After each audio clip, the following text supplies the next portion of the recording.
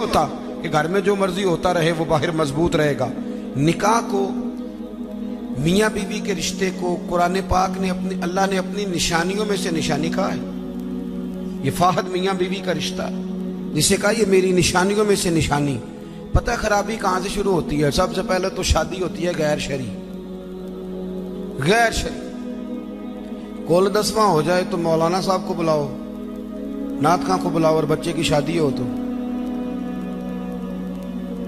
پھر اب نہیں حضور سے پیار، اب نہیں محبت، اب کدھر گئی غلامی؟ کہ اللہ رسول سے صرف دکھوں کا رشتہ؟ بلاؤ نا اب بھی بینڈ باجا، یہاں تو بینڈ باجا کل والے دن بھی منگاؤ، 10ویں پہ بھی منگاؤ، اور دکھوں کی بات آئی تو قرآن شریف شروع کرا لیا، اور جب سکھ آئے پھر آپ نے موت شروع کرا لی۔ اور بھائی مصطفیٰ کی نعت والے کو نا نعت ہی اچھی لگتی، اسے برات والے دن بھی نعت ہی اچھی لگتی، شادی والے دن بھی نعت ہی اچھی۔ پہلی بات تو یہ کہ غیر شرعی حرکات ہوتی ہیں شادی، اور ڈھیروں ہوتی، ڈھیروں۔ سب سے بری حرکت کون سی ہے؟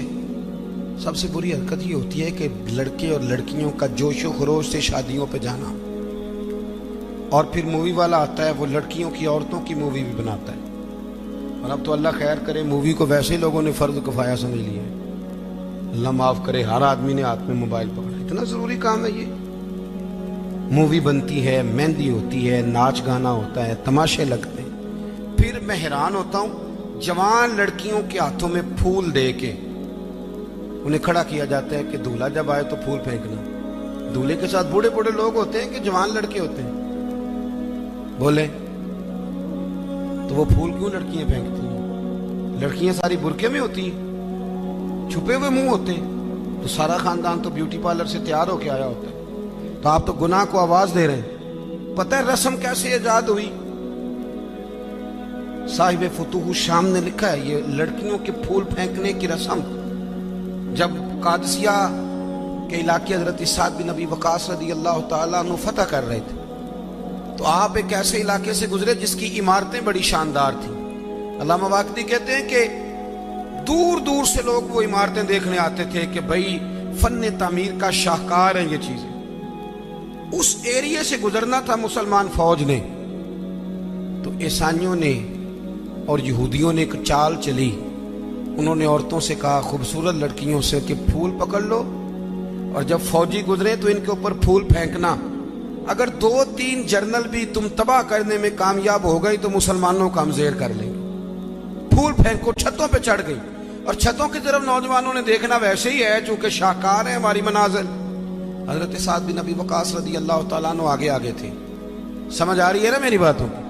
آگے آگے جا رہے تھے، کمان کر رہے تھے فوج کی۔ جب آپ نے دیکھا عورتیں چھتوں پہ ہیں تو حضرت سعد بن ابی وقاص شرارت سمجھ گئے، سازش سمجھ گئے۔ لوگ زہر بھی جو ہوتا ہے نا، زہر بھی دودھ میں ڈال کے دیتے ہیں، ڈائریکٹ نہیں دیتے، انہیں پتہ ہوتا ہے کہ زہر رگوں میں کیسے اتارنا ہے۔ جناب سعد بن ابی وقاص آگے آگے تھے، جب دیکھا عورتیں چھتوں پہ ہیں تو فوراً بولے، گھوڑے پہ چڑھ گئے اور فوج کی طرف توجہ کر کے کہنے لگے فوجیو تمہیں پتہ ہے نا اللہ کیا فرماتا ہے؟ رب فرماتا ہے مردوں سے کہو نظریں جھکا کے رکھیں۔ نظریں کون بلا؟ جی مومن مرد۔ قرآن مجید نے حکم دیا کہ مومن مرد نظریں، اس کا مطلب ہے مرد وہ نہیں ہوتا جو اکڑ اکڑ کے چلے، مرد تو ہے ہی وہ قد اونچا ہو نظریں جھکی ہوئی، مرد کہتے ہیں اسے۔ مردوں سے کہو نظریں جھکا کے رکھیں۔ 10,000 فوج تھی، عورتیں پھول پھینکتی نہیں، 10,000 فوجی گزر گیا پر ایک نے بھی نظر اٹھا کے نہیں دیکھا۔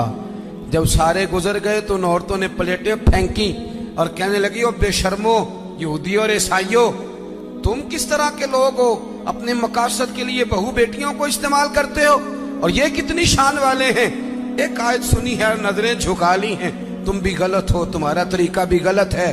آج کے بعد ہم مدینے والے رسول کا کلمہ پڑھیں گے، ہم مسلمان ہوا کریں گے۔ اور ہمارے ہاں شروع انہوں نے کی تھی، اور اللہ خیر فرمائے رنگ ہم نے پکڑ لیا اس کا۔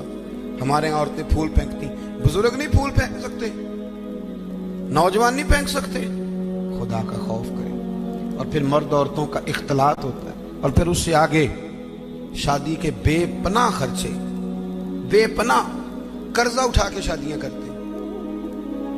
निकाह में तो दो आदमी जाएंगे, दो जोड़े जाएंगे। और मैं आपको एक शरई हुक्म बताता हूं, आपका सगा भाई, इधर देखो मेरी तरफ, सगा भाई अपने बेटे की शादी पे अगर आपको न बुलाए तो उससे नाराज होना जायज नहीं। तुसी ते मेरे नाल भी हो गए। ओ भाई, सगा भाई भी अगर अपने बेटे की शादी पे न बुलाए तो उसकी मर्जी है, ना बुलाए चाहे ना बुलाए, उससे नाराज होना जायज।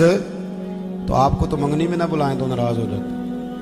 और अगर कोई कार्ड भेज दे ना सिर्फ वलीमे का, कहने ने वलीमे ते भी वही जान के जेड़े जाने नाल गए सन, असी सिर्फ वलीमे ते, भाई फर्ज है आपका जाना। हाँ, हुजूर ने हुक्म दिया है कि वलीमे की दावत दे तो जरूर जाया करो, लेकिन इसके इतने ज्यादा खर्चे हमने कर दिए। हमारे बच्चे, अब नाराज ना होना, गुनाह इसलिए आम हो गया कि हमने निकाह मुश्किल कर दिया। निकाह मुश्किल हो गया।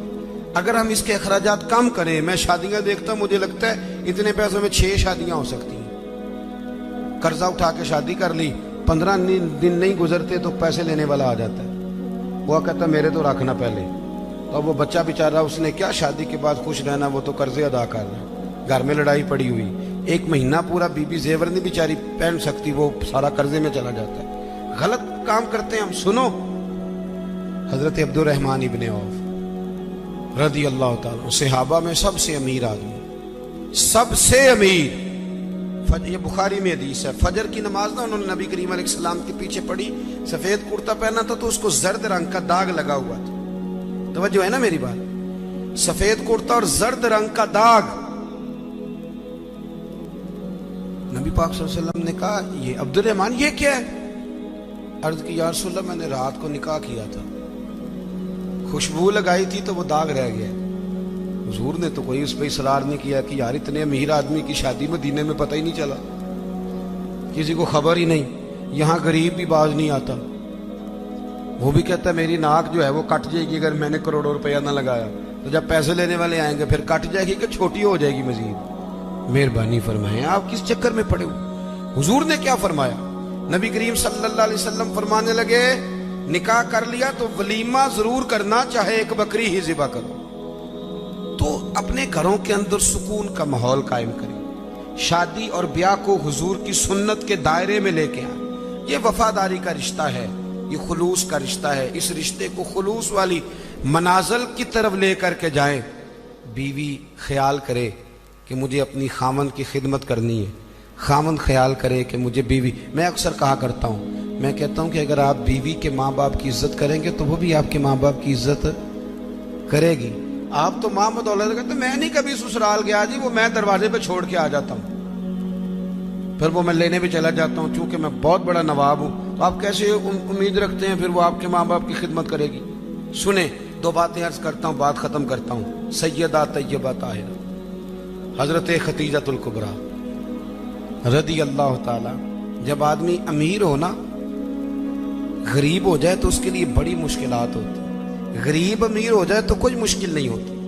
हजरत खतीजतुल कुबरा मक्के की मलका थी, 20-20 कनीजे नौकरानियां घर में काम करती। फिर सैयदा खतीजा कलमा पड़ गई, फिर मुसलमान हुई, हुजूर से निकाह हुआ। अगरचे हुजूर ने ऐलान नबुव्वत बाद में किया, लेकिन हजरत खतीजतुल कुबरा रदी अल्लाह ताला अन्हा कहते, मैं तो उसी वक्त कलमे का माना जो मैंने बयान किया यही समझ लें, मैं तो उसी वक्त ही समझ गई थी जब मेरे गुलाम ने आके बताया कि बादल के टुकड़े साया करते, दरख्त इन पे झुकते हैं। फरमाते मैं तो उसी वक्त ही महबूब की गुलामी में आ गई। निकाह हो गया, हुजूर की बारगाह में आ गई। फरमाती है मैंने ना जोहर के वक्त सारा माल हुजूर की खिदमत में दिया, 20 कनीजें गुलाम जोहर के वक्त, और असर से पहले पहले महबूब ने हर शय अल्लाह के रस्ते में तकसीम कर दी। ये वक्त भी बतौर तमसील है कि जितना जोर असर के दरमियान वक्त होता है, इतने वक्त में बांट दिया हुजूर ने सारा कुछ। इतनी अमीर बीबी और फिर वो गरीब हो जाए। हजरत खतीजा ने फिर वो वक्त भी देखा कि आपके कपड़ों को 20-20 पैबंद लगे होते थे, 20-20। पहले कभी पानी का प्याला उठ के नहीं पिया, फिर घर में झाड़ू भी देती, फिर घर के सारे काम करती। एक दिन ना मुस्नद इमाम अहमद में मौजूद है, खाना पका के ना हजरत खतीजतुल कुबरा खाना पका के बावर्ची खाने से निकली तो कपड़े सारे पेवंद से भरे हुए, पाँव मुबारक पर भी घर के काम काज की वजह से बहुत सारी चीजें लगी हुई, पैर चूम रही हैं बहुत सारी चीजें। हजरत खतीजा बावर्ची खाने से खाना पका के निकली और जब महबूब करीम के सामने रखा तो हुजूर मुस्कुराने लगे, गौर से सैयदा का चेहरा देखने लगे। या रसूल अल्लाह क्या हुआ?